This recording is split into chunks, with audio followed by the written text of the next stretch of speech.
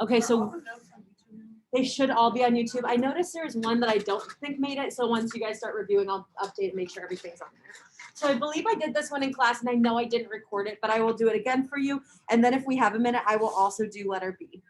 So what is going on here in the letter C is we have our chart, we have our graph, and what we need to do is we always fill out our chart, and then we use that to make our equations, and then we fill out our graph.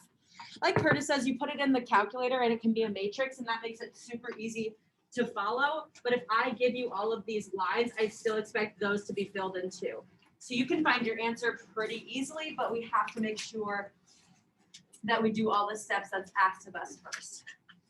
So this problem is about a farmer. He's trying to buy seeds. He's trying to spend the least amount of money and fill all of his acres. So this one does not have the chart filled in for you. I believe the one I'll give you on a test will have it filled in.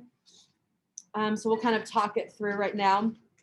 It's talking about potatoes and corn. So I like to start, my iPad's a little jumpy today, so thanks for being patient with that. When you mean fill in, is it just the outside or is it the inside as well? The inside you will always have to fill out. So this box is you will have to fill out, but I should give you the labels. So the labels here are, we're talking about acres, and we're talking about seed cost, and then we want to maximize the profit.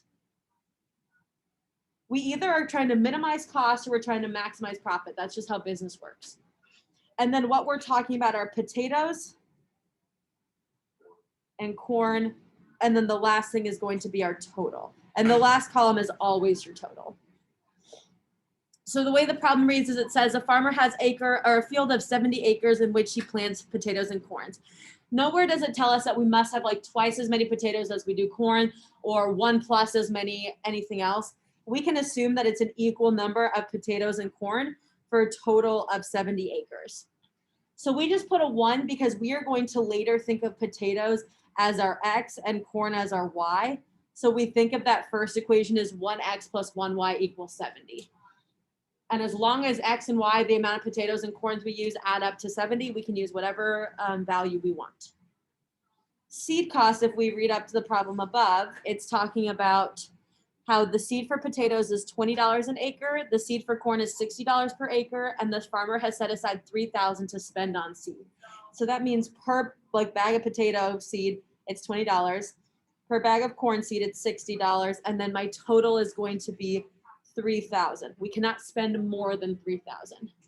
Yeah, Anthony. This is notes. Does your homework look like this? Oh, no. Your homework will look just like this. I don't remember what the words are for the homework. So this is a slightly different. I'm just trying to do a couple examples on notes and then we'll go look at homework. This is letter C. This is the one we did. I think I shoved it in at the end of the class the other day and I'm just reviewing it. And then we'll do B2 if we have a second. And then last, it's talking about profit. It says profit per acre of potatoes is $150 and profit for corn is $50 an acre. So that means however many acres of potato, we're going to make $150. And for however many acres of corn, we're going to make $50. And we actually often don't fill in this box, especially because I'm trying to maximize profit. I want the most. I'm not trying to limit how much profit I want. I want to make the most amount possible. So we put just kind of blank that or black that little thing out. Now, at this point, we could put this into the matrix, into an RREF, into an augmented matrix, and we're going to find the answer where they intersect. However, we're going to read the graph because there's something interesting about what's going on here that we're going to investigate. Is it the corn? Okay. I think you're a little too fast for me. Just slow it down for a second. Okay, now we got to put those into equation form. So there's always 2 equations that we use every time. What's 2 of them that is always used no matter what the situation is? X is greater than or equal to 0, and Y is greater than or equal Good, to 0. always, always. And I help you out by giving you a graph that looks like that, but we still want to write those 2 equations down. X is greater than or equal to 0, so is Y. Because we cannot have negative corn, we cannot have negative profit, we cannot have negative potatoes, nothing negative. The other 2 equations come from the line. So the first line, how it says 1 of potato plus 1 of corn equals 70. We're going to put that up there. We're going to put 1x plus y, 70. We're not going to use equal 70. We're going to use a greater than or less than. This time we're going to use a less than or equal to because I only have 70 acres. He doesn't have more. We have to use either all 70 or we have to use less than 70. And then same thing with the next one. It's my seed cost. I'm going to do 20x plus 60y. And again, this time he has a budget, so he cannot spend more than $3,000 on his seeds. And the last thing, the max min, we just write that equation out using my very last column. It's just going to be profit equals 150x plus 50y. Because we're going to use that to determine what my profit is eventually. Okay, now these two equations are technically already graphed for us because I gave us just that first quadrant. So we need to graph the other two equations. And I think it's easiest to do it with intercepts. So I think it's easiest to find the x and the y intercepts here. What would my x-intercept be for my first equation? X plus y is less than 70. My x-intercept would be, what happens if I would plug in a 0 for y? What would my x equal? 70. 70. 70 or less. Right, so we're going to shade less than 70, but I'm going to go put a mark at 70. What would my y-intercept be? Also 70, right? Now you can find the y-intercept. You can put this like in slope-intercept form and then do the slope. I just find that I don't count right on the graphs. So I'd rather do my x and y-intercept, which tells me I'm going to go write 70 on both of these axes. 10, 20, 30, 40, 50, 60, 70. So I'm going through 70 on the x and I'm going through 70 on the y. 10, 20, 30, 40, 50, 60, 70.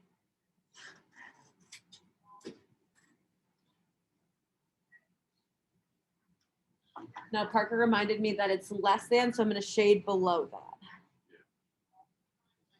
But then also because of the other lines that we can't go anywhere outside of that as well, right? It has to be greater than 0. Yes, so we can't go lower than either axis because we cannot have less than 0. So everything that's pink or purple counts as an answer right now.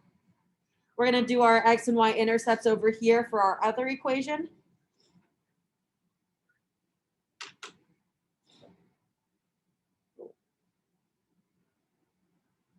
All right, so my x-intercept means that I plug a 0 in for y.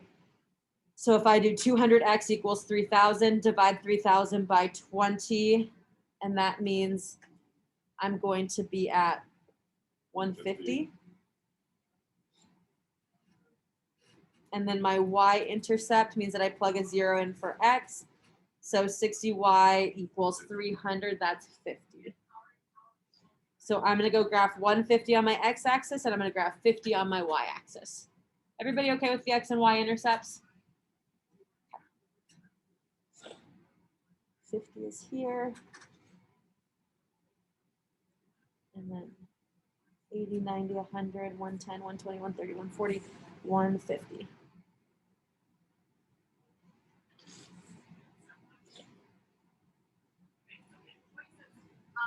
And I'll shade that yellow.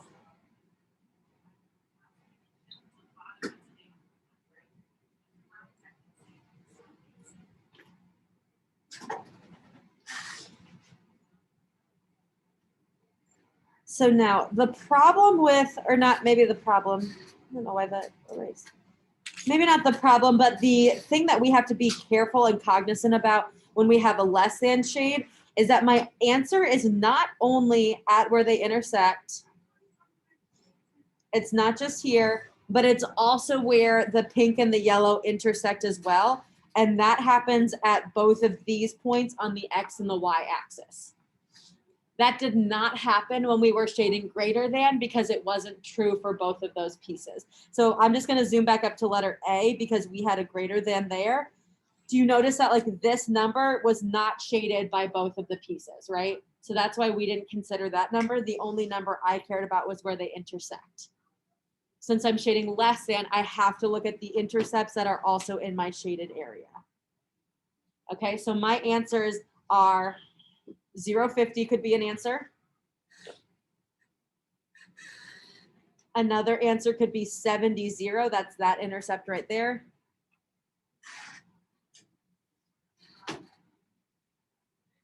And then my last answer would be where these intersect. And they should have intersected more at a line. I think I did a poor job with the graphing. I think it should intersect pretty much right here. Is that where yours looked like it intersected? Is that at the point 30, 40? Yeah. Yeah. On the test, like if we're like kind of off of our graph, will you like check them? Yeah, I'll check it. I also think that if you were to put this matrix in your calculator, this augmented matrix right here, you would get 30, 40 there. Okay. So Raven asked a good question. And for when we're minimizing our cost, that will be the answer. Just this maximizing, we got to double check. So my augmented matrix would be this 170 and then 2063,000. And if you REF that, you would get 30, 40 as your answer. Cam.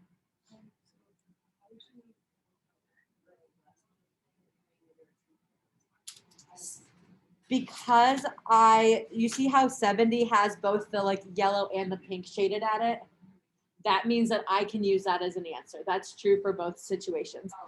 Same thing up here for this at 50. It has both the pink and the yellow. So because it's shaded in both spots, it counts as an answer just like this counts as an answer. And the only last step we need to do to decide which of those answers gives us the maximum profit is we need to plug X in for 0 in for X and 50 in for Y for all three of these points and decide which one's going to give us the most profit. So like in my head, and you don't even have to show me all the work, you can kind of think it in your calculator. I'm going to do 150 times my X plus 50 times my Y. So we can start with 0 and 50. Okay, so 150 times 0 is 0. 50 times 50 is going to be 2,500.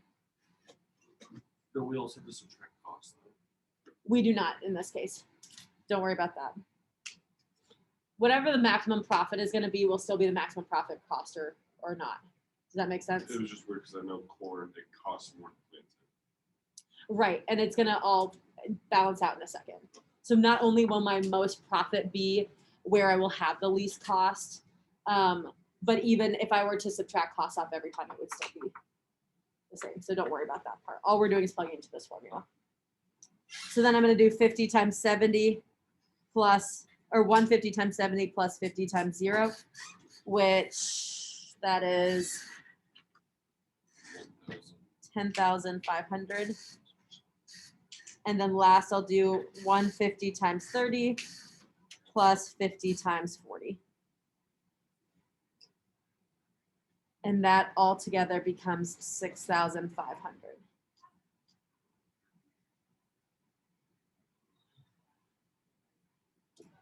So which of these has the most profit? The 70. And I would argue that also has the least cost. And so once we plug in the formula, we see that's my answer. So my answer line is going to go 70. Now, if it was like a question on a test, would you not want us to consider cost? No, we're not in business class, we're in math class. All right, let's go look at letter B really quick, and then we'll jump over to homework. Does that sound good? We'll just do one more example. I just feel like this is not that tough, and I want to make sure that we're kind of all here with it. Okay.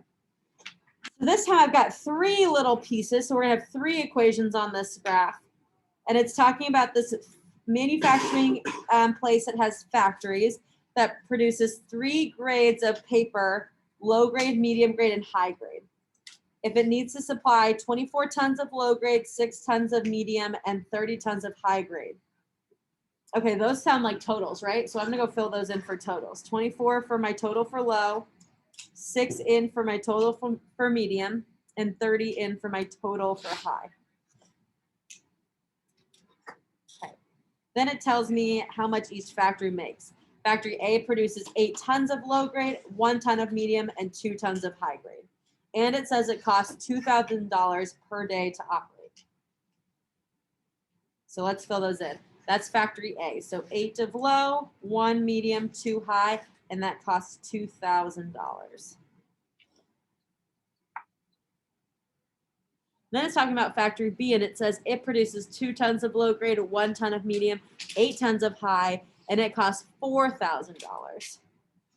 So 218, and that's $4,000. And I don't have a total number of costs because I'm either going to maximize or minimize it, which we probably want to minimize our costs, right? Are you always in that circle? I might even give that to you already colored in. Okay. So we got to write our equations. My first two that are always there are good. X is greater than or equal to 0, and y is greater than or equal to 0. The next three equations, and we have three equations this time because we're talking about more things, come from my low is going to be one equation. My medium is going to be another equation. And then my high is going to be another equation.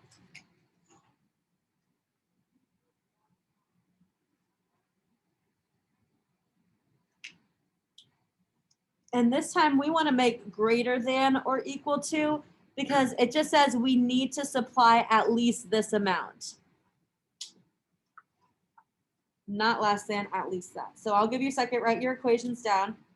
I'm going to use x and y for a and b because we're not used to a's and b's. So 8x plus 2y greater than or equal to 24. Same thing for medium, x plus y is greater than or equal to 6. And then 2x plus 8y is greater than or equal to 30. It says we need to supply that amount, which means that we at least need that. We cannot go any less than. I guess technically if you just wrote equal signs, I would argue that's fine. But it's definitely not less than here. Yeah. But think about it, you'd rather have more than less than that. And then what's going to go on my max or min line?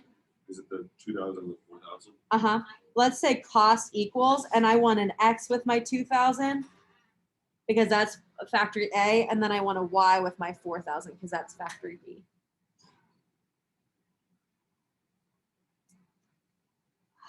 All right, again, I'm going to find all my X and Y intercepts and graph these three lines. I'll just write them on the board. Do you need me to explain them through, or are you guys okay? Let me talk them through? Yes. Okay, great. So I'm going to find my x-intercept. So again, I pretend like my y doesn't exist. So 8x equals 24. X is going to be 3.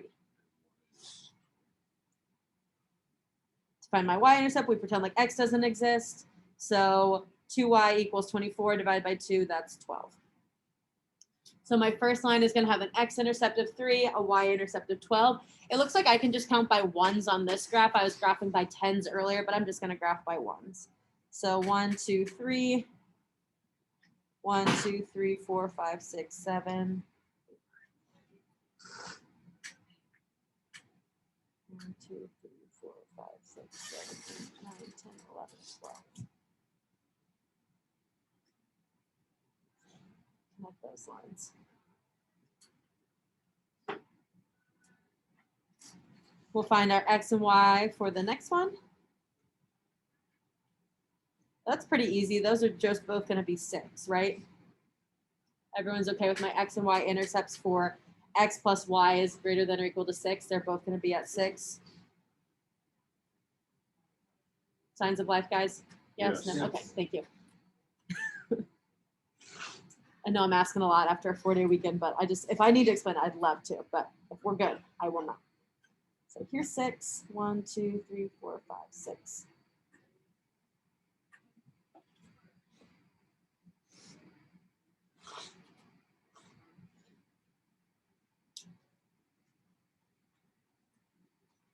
All right, and then the last one, 2x plus 8y. Let's see.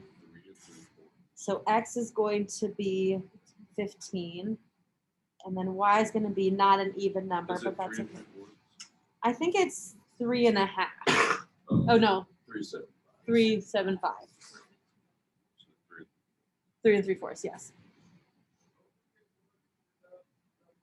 But to me, as long as you go between 3 and 4, that's good enough. 16, 17, 18, 9, 10, 11, 12, 13, 14, 15. Like right about Is there a there. point where every single line comes down? I did not I just wonder. get that. So now it would be that. So now we got a shade. All of these should be greater than, and the reason I think I wrote greater than and not just equal to is because there is not one point that all three of them cross at. So that means that we have to kind of think about where the shading is. So I'm gonna shade above for all of these, and you don't have to get crazy and shade the entire graph because see how much graph we're not using. I'm just gonna shade enough that I like know what could be counting as a point and what could not be counting as a point.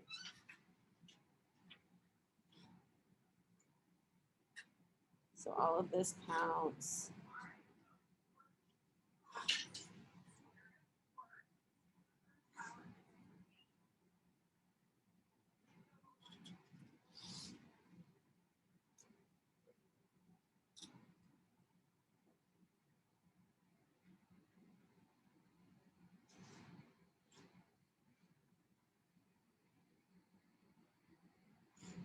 All of that counts, and then we'll do the purple one too.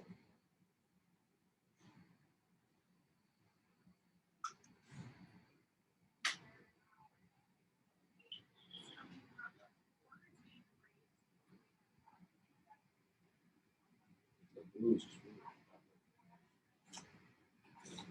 Okay. So now when you look for like one of the highest points, what are the lowest points? We're looking for a point that everything is shaded.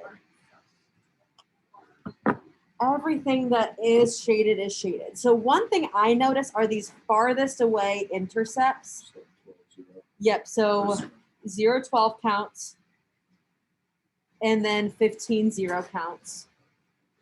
So let me write them over here. What did we say? 0, 12, and then 15, 0. Because everything's shaded above that. So like there, all of the shading is here. The yellow, the blue, and the purple is all over there. And same thing up here. Just the shading of the yellow counts. So the shading of the yellow goes all the way up there. The shading of the blue and the purple goes all the way out to all of those. The other points that I think go through all of them are this point and this point. So there's not one point that gets all three of the lines, but those 2 points I think are in the middle of the graph that get all of the shading. And so I think this point, this bottom one is 3, 3, and I think the top one is 2, 4.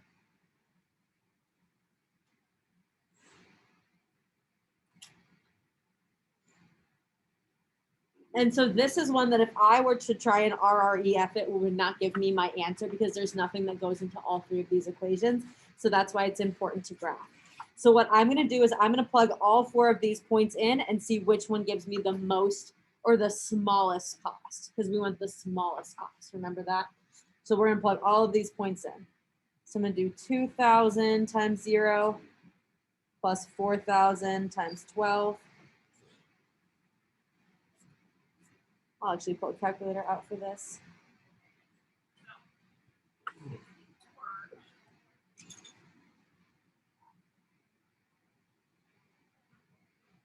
I don't know why I did 2,000 times 0 in the calculator. Please don't make fun of me. But 4,000 times 12 is 48,000. We have to do 2,000 times 15 plus 4,000 times 0.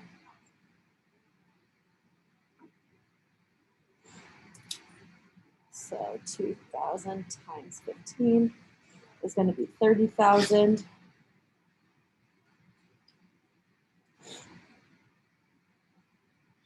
We'll do 3 and 3.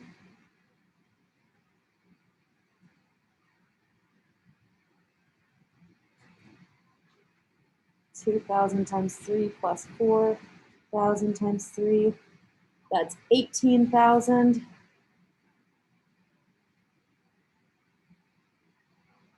And then last we'll do 2,000 times 2. Good morning. Is that for me? You got an email about this. Did I? Yeah. She literally sent it right before I walked in. Oh, I was gonna say, So ignore it. Okay. Okay, thank you. What up, Monica?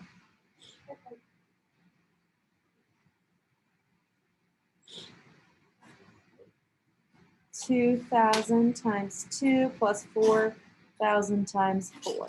So that's 20,000. So which of these gives me the least amount of cost? The 3 point. And so that's what we want to do. Bless you. It says, how many days should each factory operate to fill the orders at minimum cost? So we can fill this order at minimum cost by doing 3 days at factory 1 and 3 days at factory 2. So that's what my 0.33 means. So there's a lot to look at here. The biggest thing I want to know is, like, did you fill out this form? Did you do your equations? And did you graph? The final answer is kind of like just one final point. Just all of these steps kind of add up to doing this problem right. All right, Cam?